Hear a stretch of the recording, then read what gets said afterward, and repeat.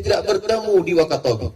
Sudah direncanakan akan masuk ke perkampungan suku Bajau.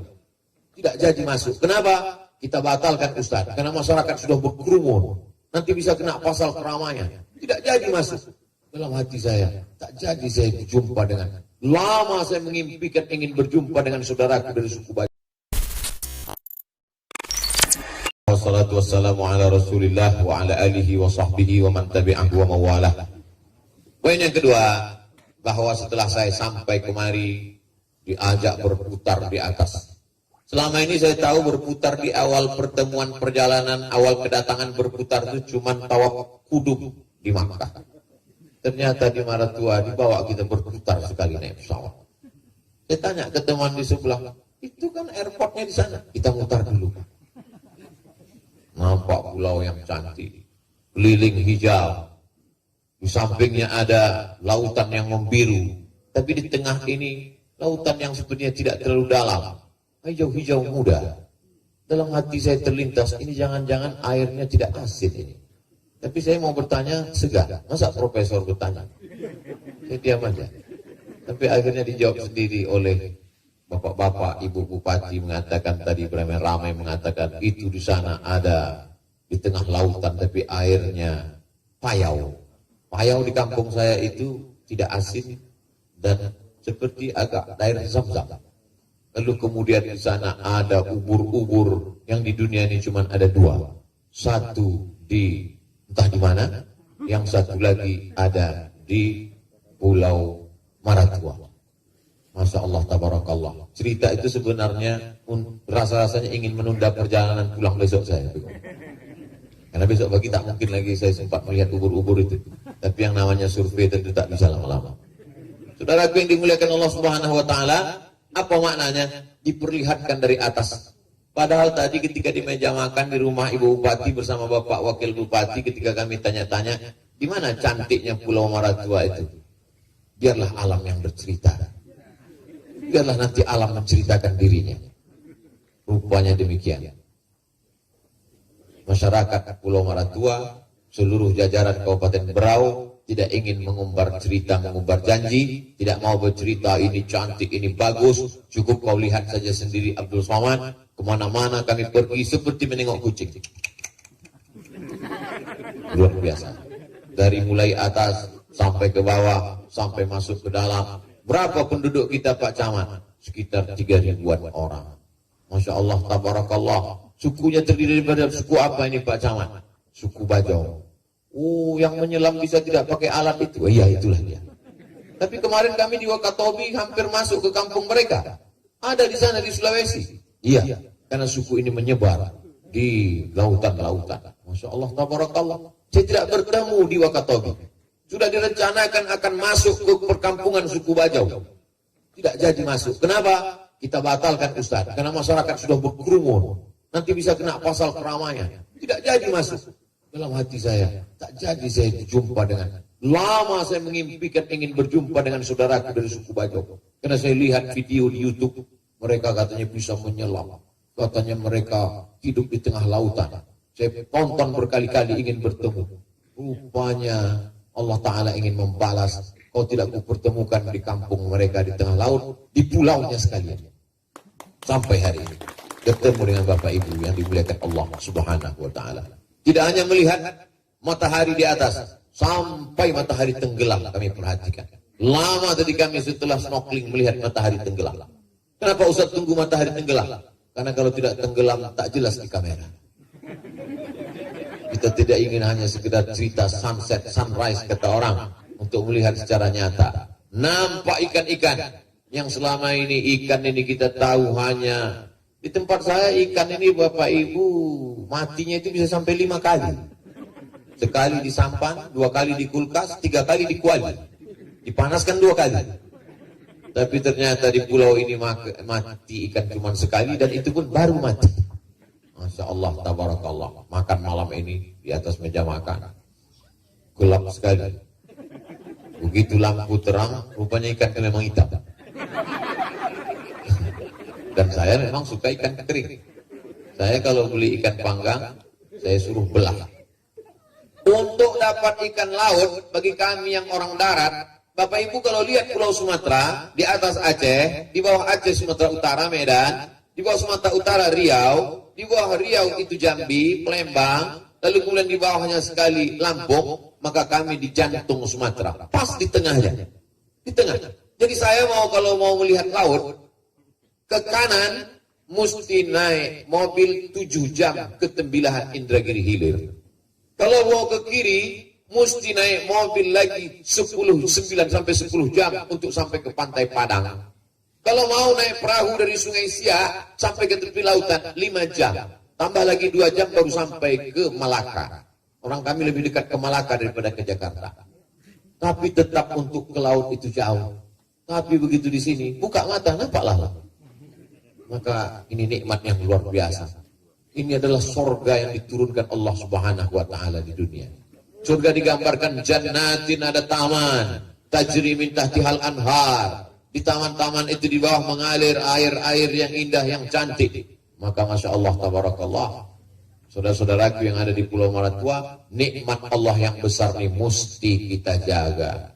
Maka ketika lewat tadi saya lihat ada rumah-rumah kayu. Ini kayunya dari mana Pak Camat? Kayunya kita ambil dari tempat yang lain. Tidak ada lagi pemotongan kayu di Pulau Maratua demi untuk menjaga kestabilan ekosistem alam yang ada di Maratua. Ikan-ikan saya lihat, ini ikan ini tidak ada orang yang menangkapnya. Tidak ada Pak Ustaz. Hebat sekali, kenapa tidak ditangkap? Karena ini dekat hotel, mana berani orang menangkap. Tapi dia bersih. Bersih, tidak ada sampah. Apakah ada gerakan beberapa hari ini untuk tidak buang sampah karena Ustaz Abdul Somad dan Ibu Bupati mau datang? Allahu a'lam bishawab. Tapi yang jelas rasanya mustahil. Masa sepanjang pantai bersih sampai ke dalam, sampai tadi ke bawah kami bisa melihat. Ini semua adalah upaya bapak-bapaknya, kakek-kakeknya, nenek-neneknya sudah semangat untuk menjaga alam. Tapi apakah anak cucu kita? Ini penting ke depan. Jangan orang membayangkan bahwa Islam itu hanya cerita tentang baca Yasin, zikir, baca Quran, tahajud. Tidak.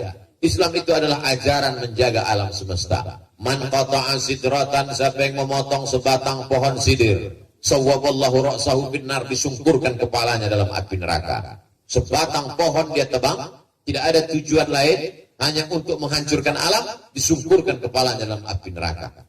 Oh, Ustadz menyindir karena lantai kita dari kayu. Tidak. Saya sudah dengar dari Pak Camat bahwa kayu ini bukan diambil dari hutan. Tidak ada lagi yang akan dipotong. Menjaga alam. Lalu kemudian dalam Islam diajarkan untuk tidak membunuh binatang. Hari ini kita disadarkan di tepi hutan ditulis binatang-binatang yang tidak boleh dibunuh, dilindungi oleh WWF. Kalau tertangkap akan dipenjara. Maka Islam sudah, hutan lindung tertua di dunia adalah dalam ajaran Islam. Begitu sampai di kota Makkah, kota Madinah, tidak boleh mencabut tanaman, tidak boleh membunuh binatang, akan dikenakan dam.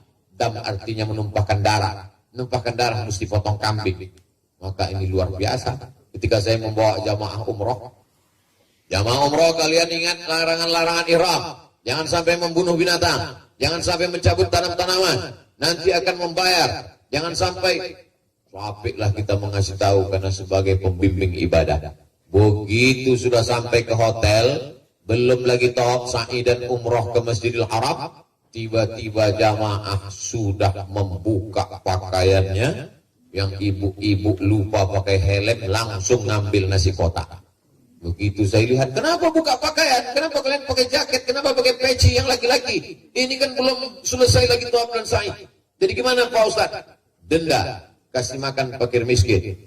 Di mana bayarnya Pak Ustaz? Saya tidak mau ini pungli, nanti saya dianggap mengambil uang jamaah. Bayar langsung ke tempat konter resmi, 90 rial. Paling murah. Yang kaya raya yang duitnya banyak, potong kambing, 600 rial. 600 rial tak ada Pak Ustaz. 90 rial. 90 rial pun tak ada Pak Ustaz. Jadi apa yang paling ringan Pak Ustaz? Kalian menanggung dosa. Nah, kalau gitu kami pilih dosanya aja lah Pak Ustaz. Islam agama yang mengajarkan ada punishment, ada hukuman. Maka itu kita lihat hari ini, hukuman orang yang sembarangan membuang sampah. Orang yang kotor, orang yang suka membuang sampah sembarangan. Tapi kalau dia hidup di suatu negeri yang ketat aturannya, dia akan menjadi orang disiplin. Siapa contohnya? Kita. Ketika kita ada orang buang puntung rokok sembarangan, buang abu sembarangan, semua tempat yang cekung dijadikannya aspal. Apapun itu. Tempat-tempat air minumnya pun aspal. Jangan-jangan istrinya tertidur pun ini aspal. Tapi begitu dia sampai ke Singapura, maka dia akan menjadi orang yang sangat disiplin. Dia tahu kalau dia buang permen karet, dia akan kena. Kalau dia buang puntung rokok, dia akan kena. Denda luar biasa. Itu menunjukkan bahwa aturan punishment, hukuman, bisa mendisiplinkan orang. Sebaliknya, orang yang amat sangat disiplin, kalau melihat lingkungannya, maka lingkungan itu amat sangat berpengaruh. Maka ini mesti kita sosialisasikan. Yang sudah bersih ini kita jaga. Zaharal fasadu fil barri wal bahri. Sudah terlihat kerusakan di daratan dan di lautan. Daratan kerusakan hancur alam, di lautan kerusakan sampah. Ternyata di mata penyu, ubur-ubur dengan plastik itu sama. Penyu itu matanya tak sama macam kita. Di mata penyu, ubur-ubur dengan plastik itu sama. Bayangkan ada penyu yang sangat kelaparan, 3 hari tidak makan, tiba-tiba dia lihat ada sampah plastik, disangkanya ubur-ubur. Wow, brownies kata dia. Begitu ditelannya, ternyata sampah plastik. Beberapa bulan yang lalu kita dihebohkan dengan buaya yang berkalung ban karet. Siapa yang membuang ban karet? Manusia yang merusak alam, yang merusak tanah, yang merusak lautan, yang merusak pebukitan. Diceritakan Allah dalam Al-Quran. Zaharal fasadu fil barri, kelihatan kerusakan di alam, di daratan, di bukit, wal bahri, di lautan. Bima kasabat aydin nas, akibat dari ulah-ulah tangan manusia. Manusia ini merusak luar biasa. Makanya malaikat dulu komplain, tidak setuju. Ketika Allah ingin menciptakan manusia, apa kata malaikat? Ataj'alu fiha may yufsidu fiha. Untuk apa kau ciptakan mereka ya Allah? Mereka hanya akan membuat kerusakan. Wa yasfikud dima. Mereka hanya akan menumpahkan darah. Allah menjawab, Inni a'lamu ma la ta'lamun. Aku ciptakan mereka, aku lebih tahu daripada kalian. Dari mana malaikat bisa tahu bahwa manusia ini akan membuat kerusakan? Apakah malaikat itu peramal, dia tahu masa depan? Tidak. Karena dia tahu ada makhluk yang lebih tua dari manusia dan memang kerjanya berbuat kerusakan saja. Dia adalah kakak tertua manusia. Siapa itu? Diceritakan dalam beberapa ayat. Alladzi waswisu fi sudurin nas minal jinnati wan nas. Jin tertua daripada manusia. Di berbagai kampung lain nama, lain tempat, lain padang, lain belalang, lain lubuk, lain ikannya. Di beberapa tempat namanya jin. Di beberapa tempat namanya ifrit. Di beberapa tempat namanya hantu. Di beberapa tempat namanya setan. Di beberapa tempat namanya nyi blorong, bolong. Macam-macam.